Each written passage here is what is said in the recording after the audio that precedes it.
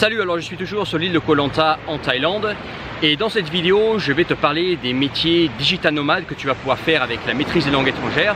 Peut-être que tu es passionné de langue étrangère par une langue particulière, ou peut-être que tu veux simplement être géographiquement indépendant, c'est-à-dire que tu ne vas pas être dépendant d'un pays ou dépendant d'une localisation pour pouvoir gagner de l'argent et pouvoir vivre n'importe où, peut-être ici sur la plage à Koh Lanta, aux Philippines, en Nouvelle-Zélande, en Russie, en Amérique du Sud, peu importe.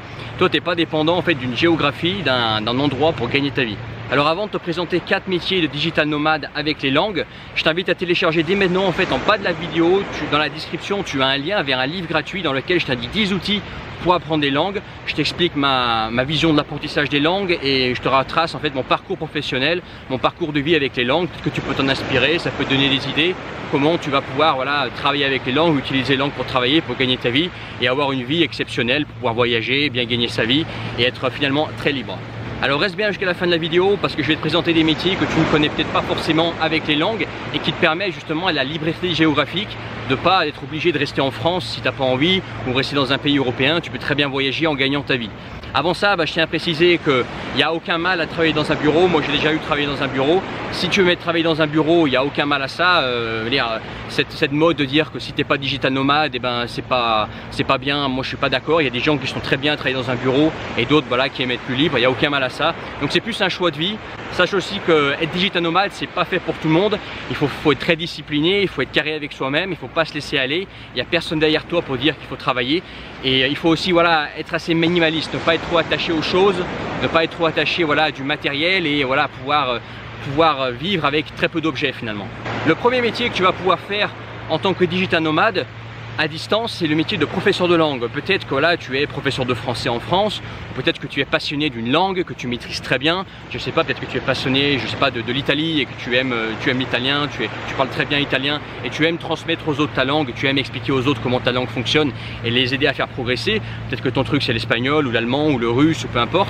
Tant que tu maîtrises très bien cette langue et que tu aimes transmettre ça aux autres, tu peux devenir professeur. Et professeur, tu peux très bien le faire à distance aujourd'hui. Sur des sites par exemple comme italki, avec l'aide de Skype par exemple, tu peux donner tes cours depuis n'importe où. Tu peux donner des cours par exemple de français aux Allemands depuis la Thaïlande, tu vois. Tu peux donner par exemple des cours de français aux Russes depuis la Thaïlande, depuis les Philippines, depuis l'Amérique du Sud, depuis n'importe quel pays, tant que tu as une connexion internet qui est potable.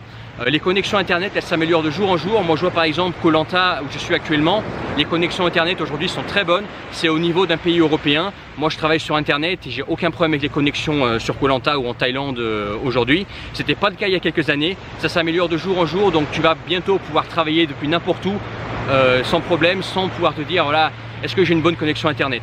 Donc professeur de langue, c'est quelque chose qui est facilement transportable et tu peux le faire depuis n'importe où, il n'y a pas de problème. Deuxième métier que tu peux faire depuis n'importe où, c'est le métier de traducteur. Tu peux très bien, si tu es déjà traducteur en France, prendre ça avec toi, prendre ton ordinateur et faire ça depuis n'importe où, depuis la Thaïlande ou depuis un autre pays, peu importe. C'est quelque chose qui est facilement transportable parce que tu n'as pas beaucoup de matériel à emporter avec toi. Alors traducteur, ça peut être quoi? Ça peut être la traduction par exemple de notices, ça peut être la traduction technique, ça peut être la traduction juridique, ça peut être la traduction pour une entreprise, par exemple peut-être des contrats commerciaux, ça peut être la traduction plus littéraire. En tout cas l'essentiel c'est de trouver en tant que traducteur une spécialité et toi amener ta clientèle en fait avec toi sur la route. Et tant que tu as une connexion internet, tu peux très bien gérer ça à distance, il n'y a aucun problème. Alors le métier de traducteur, c'est pas un métier qui est facile, ça demande des réelles connaissances. Attention, c'est pas parce que tu maîtrises deux langues très bien que tu peux être un bon traducteur ou une bonne traductrice. C'est un métier qui s'apprend, ça a des vraies connaissances et moi je trouve que à tort le métier de traducteur est un petit peu négligé, un petit peu vu de haut. Une fois que tu as ta routine en place, que tu as une certaine réputation, tu peux amener ta clientèle avec toi, et c'est facilement transportable avec toi sur la route, peu importe, tant que tu as une bonne connexion internet. Ce qui n'est plus vraiment un problème aujourd'hui, ça s'améliore de jour en jour, même dans des pays du tiers-monde. Troisième métier que tu vas pouvoir faire depuis n'importe où, c'est le métier de voyageur d'affaires, commercial détaché et puis tout ce qui est ingénieur détaché, SAV et maintenance. Moi à l'origine je suis un voyageur d'affaires, c'est-à-dire que je représente une société européenne, je présente des produits ou des services pour une société européenne, mais je ne suis pas basé en fait dans l'entreprise, je suis basé quelque part dans le monde, que ce soit par exemple en Asie ou en Russie ou peu importe. Et je gère mon activité en autonomie sans être dans l'entreprise. Donc finalement je suis détaché tant que j'ai une connexion internet et tant que je suis dans l'endroit où ma clientèle est, je suis assez libre de mes mouvements, je choisis là où je peux travailler. Et c'est des métiers voilà, qui sont relativement, si tu as une affinité commerciale, si tu as par exemple des langues, notamment des langues rares, ou que tu parles très bien anglais, ou que tu as voilà, des compétences techniques recherchées, et ben c'est des métiers qui sont facilement voilà, faisables depuis n'importe où. Tu peux facilement négocier des contrats d'expatriés, avoir un bon salaire forcément, parce que tu as des responsabilités, tu es assez libre aussi, parce que comme voilà, tu as un métier à responsabilité, on te donne plus facilement de la liberté, tu as le salaire qui va bien avec, et tu es finalement assez libre de tes mouvements, et toute ton activité, bah, tu la gères depuis à distance en fait. Moi par exemple, j'ai géré mon activité depuis la Russie, j'ai géré mon activité depuis l'Asie, tout en ayant voilà, une entreprise basée en France, et tout en autonomie, comme si j'étais finalement mon propre patron, et ben, je gérais mon activité à distance, tout en ayant une assez belle liberté de mouvement, liberté voilà, d'emploi du temps, tant que voilà, tu as des résultats et tant que tu fais ton travail, quoi. Donc ça tu peux le faire voilà, dans les métiers par exemple du commerce international, import-export, si tu maîtrises bien des langues, tout ce qui est, si tu maîtrises bien les langues à l'écrit, à l'oral bien entendu. Si par exemple tu es ingénieur, tu peux être ingénieur détaché, moi j'en ai vu des gens comme ça, ingénieur détaché qui s'occupe de la maintenance par exemple de machines qui sont exportées à l'étranger. Ça peut être par exemple aussi des ingénieurs pour l'installation de machines ou l'installation d'autre chose. Ça peut être aussi par exemple des techniciens dans des domaines assez pointus, par exemple des pâtissiers, des boulangers qui sont détachés, qui vont faire des démonstrations par exemple de pâtisserie, de boulangerie, et en même temps présenter des produits, que ce soit par exemple des ingrédients, que ce soit par exemple des machines, que ce soit par exemple des outils pour faire de la pâtisserie ou de la boulangerie. Les possibilités sont immenses. Ce qu'il te faut, voilà, c'est une spécialité, une certaine affinité commerciale, savoir parler aux gens, savoir communiquer finalement, et bien entendu des langues, être bon en langue, notamment les langues rares, les langues voilà, qui sont recherchées sur le marché du travail, et tu vas pouvoir distinguer et atteindre des métiers voilà, où tu as une certaine liberté de mouvement. Moi je l'ai fait pendant des années, c'est des métiers super, je te le recommande, et voilà, ça te permet d'avoir un bon revenu, ça te permet d'avoir la liberté, une certaine liberté, tout en étant bien rémunéré, tout en étant voilà, en pratiquant tes langues et en pratiquant tes cultures. Quatrième métier que tu vas pouvoir faire à distance avec les langues, c'est le métier de web entrepreneur. Alors tu vas me dire, mais ça sert à quoi d'avoir des langues en tant que web entrepreneur? Oui, mais quand tu as des langues, eh ben, tu as un patron beaucoup plus malin. Tu sais pourquoi? Parce que quand tu as des langues, eh ben, tu as accès à plus d'informations. Par exemple, au lieu de te former avec des Français qui font copier les anglophones, toi tu vas pouvoir aller à la source et te former directement chez les mentors des francophones qui te forment. Tu vas pouvoir avoir accès à plus d'informations. Tu sais, sur la toile, eh ben, toute l'information est en anglais par exemple.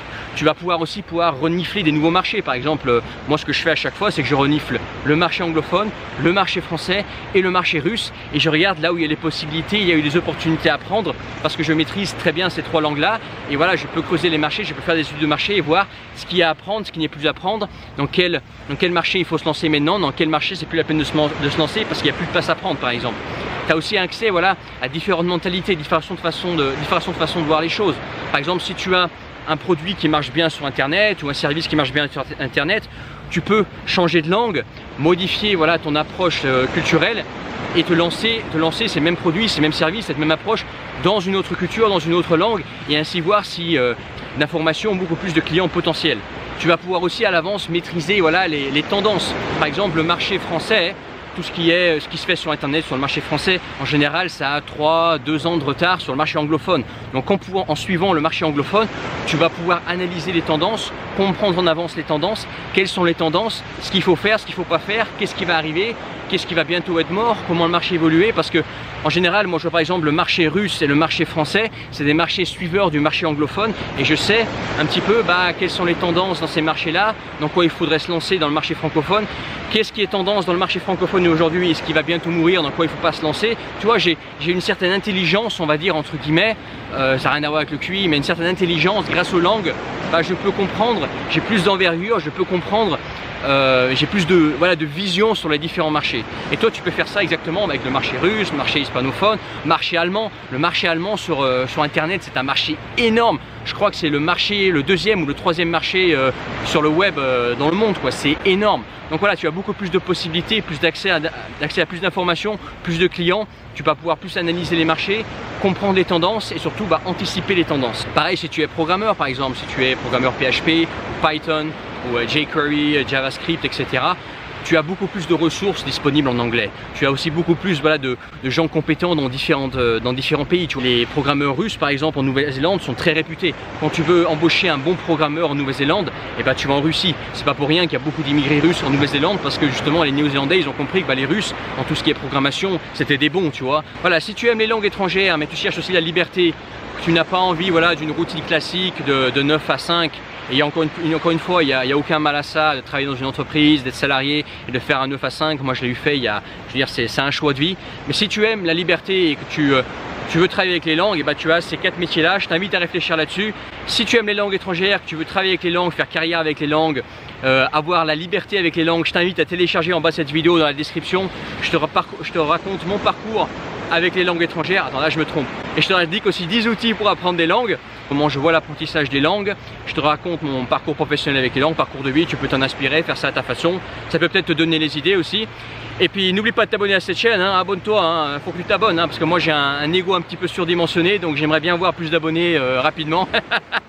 Voilà, bah écoute, le bonjour de la plage de Koh Lanta. Moi je vais me diriger vers le resort qu'il y a derrière moi, on va aller prendre un petit cocktail, et puis à très bientôt pour d'autres vidéos, hein. Ciao.